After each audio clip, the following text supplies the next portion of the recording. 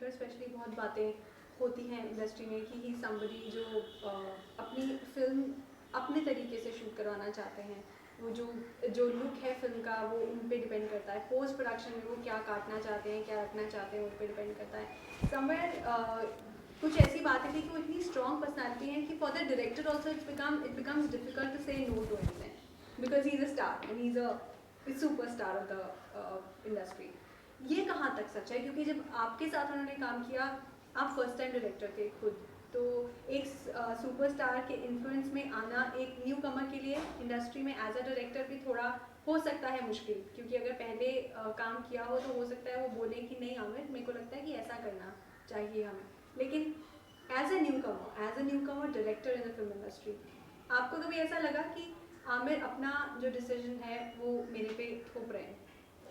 नहीं, देखो दो चीज़ें हैं इसमें। एक तो मेरा बैकग्राउंड जो है, मैंने दो फीचर फिल्म में काम किए पहले।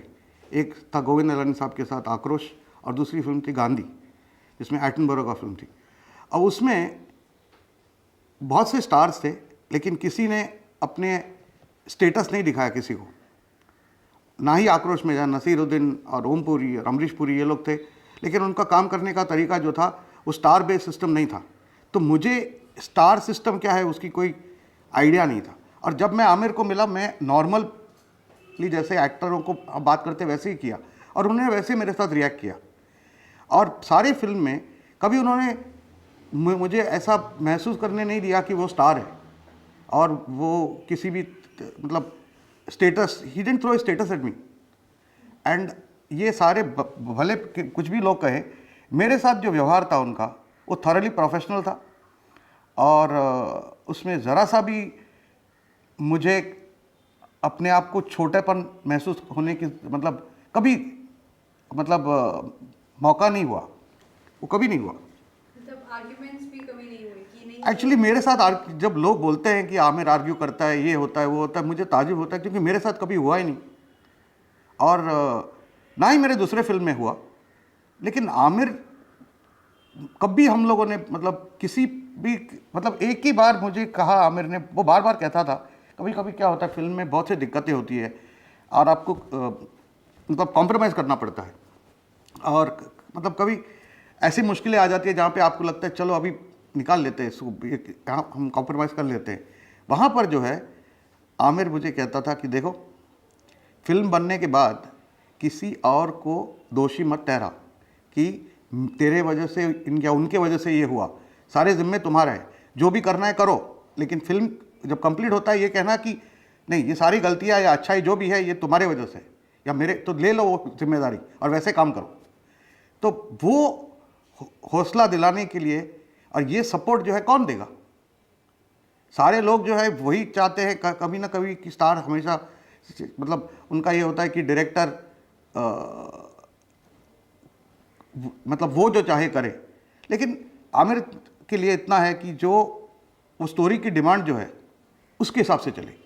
अगर वो इंटरफेयर करने लगेंगे, एक तो मतलब अच्छे डायरेक्टर उनको मतलब उनके साथ काम नहीं करना चाहेंगे।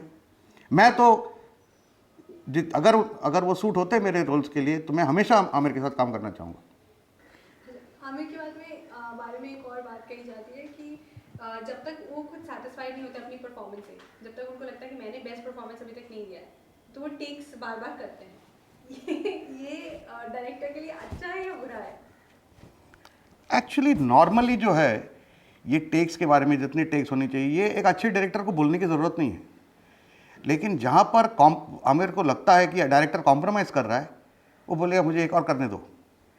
हालांकि अच्छे डायरेक्टर और बहुत से एक्टर्स ऐसे होते हैं कि उनको पता है कि मेरा लिमिट इतना ही है कि मैं तो 2 ही शॉट लूँगा, इससे ज़्यादा मुझसे होगा नहीं। तो बहुत से स्टार्स ऐसे हैं जो बोलेंगे 3 शॉट दे दिया, तीनों अच्छे हैं, अभी और क्या ज़रूरत है।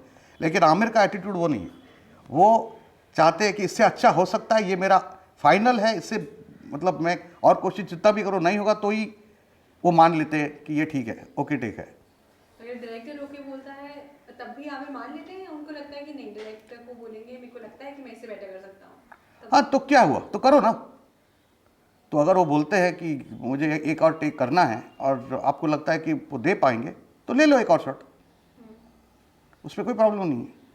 आपकी फिल्म में आपको जो मैक्सिमम टेक्स दिए हैं वो कितने दिए हैं, और कौन सा मतलब सबसे ज़्यादा टेक्स उस क्योंकि इंटायर फिल्म वो जो शूट करना थी मतलब वो इजी नहीं था, इंटायर परफॉर्मेंस इजी नहीं थी, और जिनके साथ वो थे स्क्रीन स्पेस शेयर कर रहे थे वो एक्टर्स के साथ भी स्क्रीन स्पेस शेयर करना इजी नहीं था, उनके सामने उनकी टक्कर के एक्टर्स थे, मतलब गुड परफॉर्मर्स थे उनके सामने।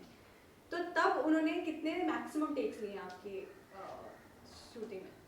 मेरे ख्याल से एक बार कुछ ज़्यादा हुआ, क्योंकि वो थोड़ा सा बीमार थे, वीक थे वो, और थके हुए थे, तो लाइंस ठीक से उनको याद नहीं आ रहे थे। उस एक बार कुछ ज़्यादा टेक्स हुए, वो भी क्योंकि लाइंस मैंने लास्ट मिनट में दिए, अब काफ़ी लंबे डायलॉग्स थे और मैं चाहता था कि एक साथ हो, जिसकी ज़रूरत नहीं है एक्चुअली, कि सारे पूरा जो है, क्योंकि और अगर कट्स आता है दूसरे बीच में तो मतलब इतना ज़रूरी नहीं है कि सारे पूरा सीन और हर डायलॉग सही रीत से बोला जाए बीच में, क्योंकि हम कट कर सकते दूसरे आर्टिस्ट के चेहरे पे।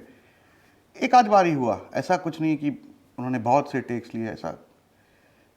देखो इसमें एक चीज़ है कि आमिर का जो एटीट्यूड है वो है कि मैं अपना बेस्ट, सब मतलब मेरा बेस्ट परफॉर्मेंस हो, कोई भी फिल्म हो।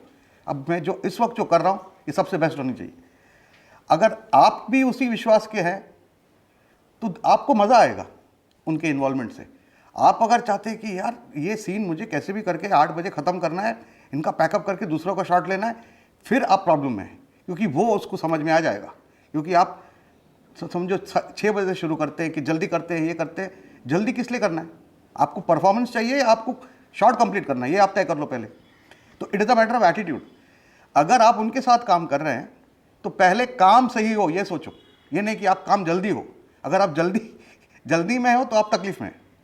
पूछ रही थी कि मेथड एक्टर बोला जाता है आमिर खान को, उनको ये उनके लिए ये टर्म यूज़ क्यों किया जाता है? हाँ, मेरे हिसाब से जो वर्ड मेथड एक्टिंग जो है काफ़ी मिसअंडरस्टूड है। अब अगर एक कैरेक्टर का पैर फिल्म में ऐसा दिखाना है कि वो उनका पैर टूटा हुआ है, उसका मतलब ये नहीं कि एक्टर को जाके अपना पैर तोड़ना चाहिए, या एक हफ्ते से मतलब उन्होंने खाना नहीं खाया, उसका मतलब ये नहीं कि एक हफ्ते तक भूखा रहना है। आपको सिंसियरली लगना चाहिए कि ये जो चल रहा है वो असलियत हो, जैसे दिखे। फिल्म तो नकलीपन है, हम एक्टिंग करते हैं ना, लेकिन उस फिल्म को जितना रियलिस्टिकली दिखाना है वो उतना करना चाहिए, और उतना वो करता है। जैसे कि अभी बाल थोड़ा छोटे करने हैं, या 2 दिन से शेव नहीं किया है तो करेंगे, वो 2 दिन तक शेव नहीं करेंगे, एक दिन बीच में शूटिंग बंद करेंगे। तो उस लेवल पे वो मतलब परफेक्शन की ओर उनका ध्यान है, और वो चाहते हैं कि वो एक ही एटीट्यूड है कि मैं जो कर रहा हूँ फिल्म में सही हो। अगर एक बार वो एटीट्यूड ले लिया तो फिर उसको आप मेथड बोलो या कुछ भी कहो, वो आपको वो जो रिजल्ट है वो सामने आनी चाहिए। ये नहीं कि आप 6 दिन से खाना नहीं खाए और फिर शूटिंग के दिन आप वहाँ पे फेंट हो रहे हैं, ये करने की क्या ज़रूरत है? लगना चाहिए कि आप 6 दिन से खाना नहीं खाए तो पहले ही फास्ट कर लो, या मतलब अपने फिगर को या चेहरे को जितना लीन या हंगरी दिखाना है वैसे बताओ। और लेकिन एक्टिंग करना ज़रूरी है और लगना चाहिए सही। ये उसमें मतलब हमें विश्वास रखता है अपने काम में। जैसे उनके बारे में ये भी कहा जाता है कि जो वो कैरेक्टर प्ले कर रहे हैं, ही लिव्स दैट कैरेक्टर। जैसे फॉर एग्जांपल मंगल पांडे का कैरेक्टर था, मुझे उन्होंने कहा कि मैं नकली नहीं लगूंगा, ग्रू हिज मुस्टैच, और उसके बाद उन्होंने जब तक फिल्म रिलीज नहीं हुई वो लुक मेंटेन करके रखा, वो बाल मेंटेन करके रखे। अगर उनको उसके लिए वर्कआउट करना था तो उन्होंने वर्कआउट भी खूब किया। उनका वर्कआउट जो है, उनके जो शॉट है जिसमें वो पानी से बाहर निकलते हैं, उनकी एक वेल वर्कड आउट बॉडी दिखाई देती है। तो मतलब इतना पैशन एक फिल्म के लिए। ये देखो, ये फिर से वही बात है, एटीट्यूड की बात है। उनकी एटीट्यूड उनके कैरेक्टर की तरफ जो है, तो वो कैरेक्टर के रगों में, उनके खून में घुसना चाहते हैं, तो उसके लिए वो कुछ भी करेंगे। असली मूंछ रखना हो, या सर मुंडवाना हो, या बाल लंबे करना हो, या मतलब ईयरिंग्स पहनना हो, कुछ भी उस कैरेक्टर के लिए जो उनको करना है, उनको सही जो लगे करना है, वो उतना मेहनत तो करने के लिए तैयार है। और ये बात अच्छा है कि एक आदमी एक फिल्म करता है टोटली डेडिकेटेड उस फिल्म के लिए, क्योंकि वो अपने फिल्मों को सीरियसली लेता है। वो जानता है कि जब वो मतलब 20-30 साल के बाद जब वो नहीं रहेंगे तब उनके जो फिल्में हैं वो ज़िंदा रहेंगी। सिर्फ पैसा उनके लिए मान्यता नहीं है। पैसा एक चीज़ है, लेकिन उनका जो मेहनत है, उनका जो काम है, उस पर उनको भरोसा है, विश्वास है, इसलिए वो इतना मेहनत करता है। और मुझे नहीं लगता और कोई उससे ज़्यादा करता है। शायद और लोग करें,